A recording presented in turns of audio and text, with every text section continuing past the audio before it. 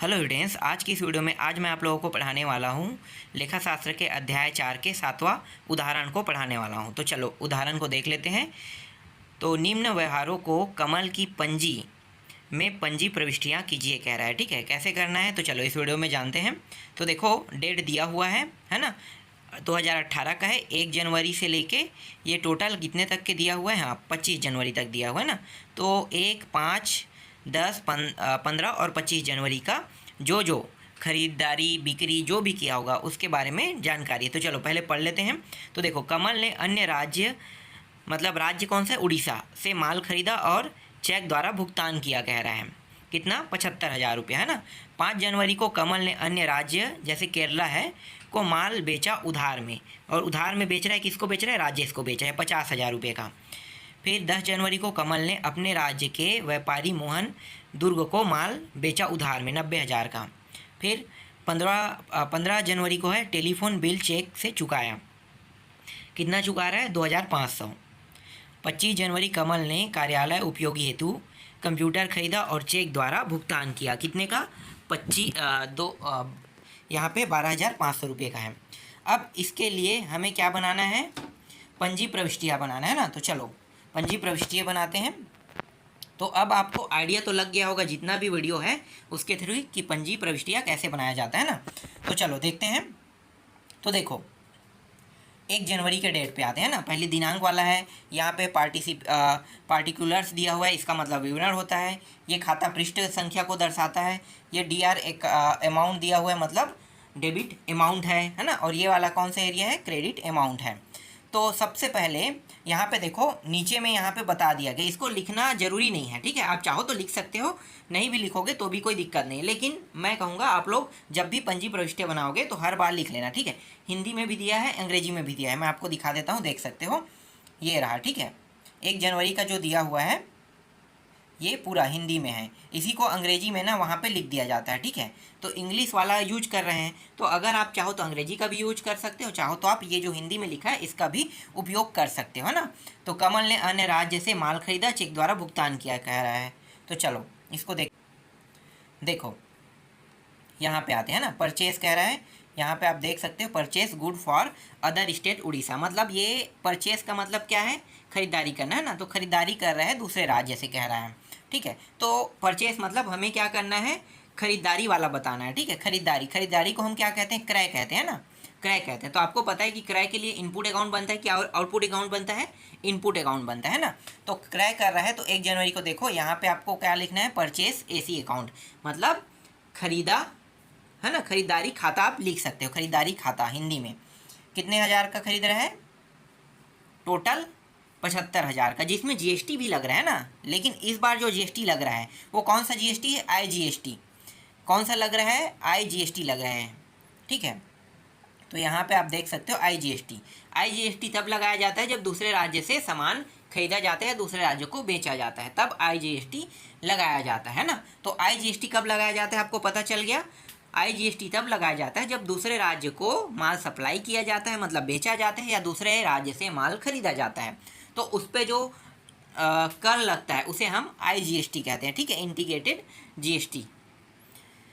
अब ये जो दोनों का है, ठीक है, 75,000 और प्लस जो इसमें GST लगा है, ठीक है, दोनों का योग करके कितना होगा, 84,000, जिसे हमें कहाँ लिखना है, इसे हमें बैंक खाता साइड है ना, जो क्रेडिट हो रहा है क्रेडिट साइड में रखना है। क्रेडिट साइड में रखने का मतलब ये है कि उनके पास पैसा जो है वो बढ़ रहा है ना, बढ़ रहा है जो बेच रहा है, ठीक है।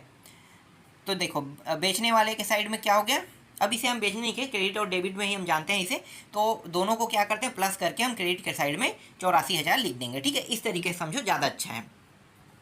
इसके बाद देखो 5 जनवरी पे आते हैं। 5 जनवरी को यहाँ पे क्या कह रहा है, देखो नीचे में टॉपिक क्या लिखा है, sales of good other state Kerala, है ना। अभी खरीदा, अब बेच रहा है, अब क्या कर रहा है, सेल करना मतलब बेच रहा है। तो इसके कहने का मतलब है कि केरला को बेच रहा है, गुड्स मतलब माल केरला को बेच रहा है, अदर स्टेट है ना।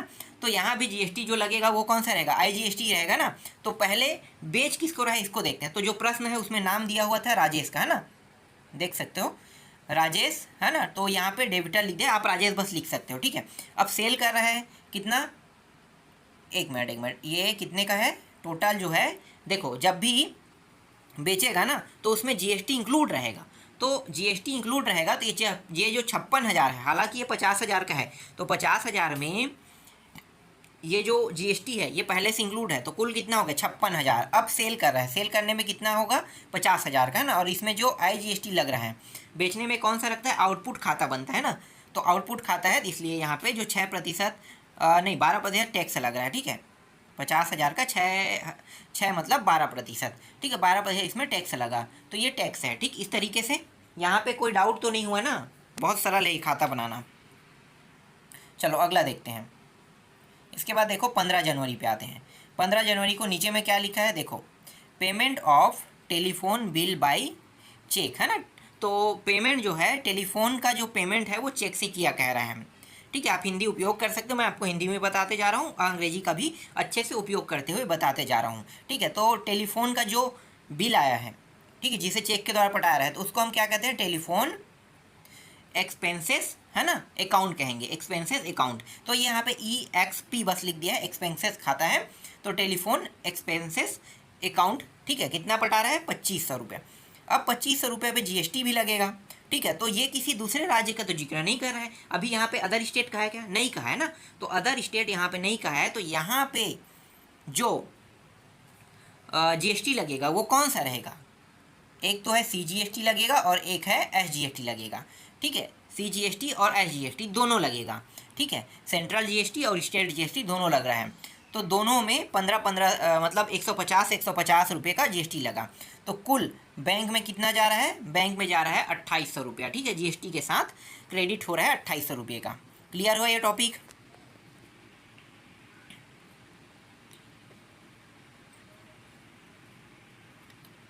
चलो अब आते हैं यहाँ पे, ये हो गया, अब यहाँ पे आते हैं, ठीक है। ये शायद 30 तारीख का होगा, एक मिनट में देख लेता हूँ, यहाँ पे 25 तारीख का है ना, 15 दो बार शायद 15 दिखाई दे रहा था मुझे, ठीक है। ये 25 तारीख का है, ये जो डेट है ये 25 तारीख है, ठीक है। 15 लिखा गया है, तो मैं दो बार 15 कहाँ से आ गया, थोड़ा सा मैं भी कन्फ्यूज हो गया था ना, ठीक है। चलो देखो अब यहाँ पे क्या कर रहा है, परचेस ऑफ कंप्यूटर, है ना, for office pad by cheque. तो परचेस मतलब फिर क्या कर रहा है, खरीद रहा है, किसके लिए खरीद रहा है, ऑफिस के लिए, चेक से इन्होंने कंप्यूटर खरीदा कह रहा है, तो ऑफिस के लिए खरीद रहे हैं। तो यहाँ पे आपको बताना पड़ेगा कि ऑफिस कंप्यूटर AC अकाउंट, है ना, हर बार आपको खाता लिखना ही है पीछे में, ठीक है, AC अकाउंट।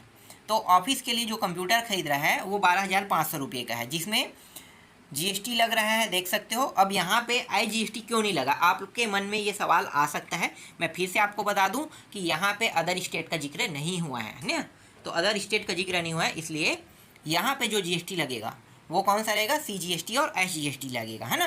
तो CGST और SGST लग रहा है, तो देख सकते हो 750 रुपये यहाँ पे लगा है। अब इन सभी को जोड़ोगे तो कितना होगा, 14,000 होगा, ठीक है, जो बैंक में जा रहा है, जो क्रेडिट के रूप में बैंक अकाउंट में जाएगा, है ना। तो क्रेडिट हमेशा बैंक खाता को ही प्रदर्शित करता है, तो यहाँ पे देख सकते हो खाता, बैंक खाता, ठीक है। अब यहाँ पे देखो ये पूरा कंप्लीट हो गया ना, 25 तारीख तक के था वो कंप्लीट हो गया। अब यहाँ पे एक्स्ट्रा पॉइंट जोड़ा गया है, सबसे ज़्यादा कन्फ्यूजन ना यही पॉइंट में होता है, एक्स्ट्रा पॉइंट। तो ये जो एक्स्ट्रा पॉइंट है, ये जितने भी ट्रांजेक्शन हुए जिसमें GST लगा है ना, उनको ही बस लिखा जाएगा इसमें। तो यहाँ पे देखो आउटपुट IGST को यहाँ पे लिया गया है, कितना है 6,000, तो 6,000 आउटपुट GST है, तो इनपुट में भी कितना जाएगा 6,000 जाएगा, ठीक है, दोनों साइड जाएगा इस बार, ध्यान देना। IGST लगा है मतलब जो सामान अदर राज्यों को बेचा गया है ना, देखो मैं आपको दिखाता हूँ, देखो यहाँ पे क्रेडिट के साइड में देखो ये रहा, ठीक है। आउटपुट बस को हम देख रहे हैं ना, तो जहाँ जहाँ पे आउटपुट रहेगा वहीं से उठाएंगे। देखो आउटपुट ये रहा, तो आउटपुट में कितना है 6,000 है ना, तो 6,000 है, तो 6,000 आउटपुट में आपको लेना है, उठा के ले आना है यहाँ पे, ठीक है। आउटपुट हो गया, अब इसको इनपुट में भी लेना है, क्योंकि आउटपुट में भी जब GST लगेगा तो इनपुट में भी शो होता है, तो दोनों जगह क्या करना है आपको, शो करना है, ठीक है। इसके बाद यहाँ पे देखो आउटपुट फिर से, है ना, आउटपुट CGST। अब इस बार क्या है, आउटपुट CGST का उपयोग किया गया है, तो आउटपुट CGST का उपयोग किया है, तो मैं आपको दिखा देता हूँ। आउटपुट में ये देखो ये रहा ना, आपको सिर्फ क्रेडिट के साइड में जितना भी देखो, मैं आपको पूरा दिखा देता हूँ कहाँ कहाँ टैक्स लगा है, कौन कौन सा टैक्स है। देखो ये है टैक्स, ये दोनों टैक्स है, जिसमें से एक है CGST आउटपुट वाला है और एक आउटपुट SGST है ना। और कहीं पर टैक्स है क्या, यहाँ पे नहीं लगा है, ठीक है। डायरेक्ट आते हैं अब यहाँ पे, तो दो ही जगह लगा हुआ था ना, तो बस उनके लिए ही हमें क्या बनाना है, समायोजन खाता बनाना है, जिसको एडजस्टमेंट जिसे कहा जाता है, ठीक है। समायोजन वाला खाता बना रहे हैं, तो इसको आपको अंत में बनाना है, ठीक है, अंत में बनाना ही है। तो ये तो आपको समझ में आ गया पहला वाला, ठीक है। आउटपुट वाला है 6000, तो इनपुट में जाएगा ही IGST में, ठीक है। अब CGST में जाते हैं, तो आउटपुट CGST में 5400 रुपया है, जिसको इनपुट में आपको लेना है, तो इनपुट में CGST चला जाएगा 900 रुपया, IGST ज़्यादा पड़ता है, ठीक है। IGST कितना हो जाएगा 3000 रुपये, और बैंक में बचा जो है वो कहाँ पे चला जाएगा, बैंक खाता में 1500 रुपया चला जाएगा, ठीक है। तो ये IGST और CGST है ना, CGST के साथ जो IGST लग रहा है और बैंक में कितना जा रहा है, ये चीज़ यहाँ पे बता रहा है, ठीक है।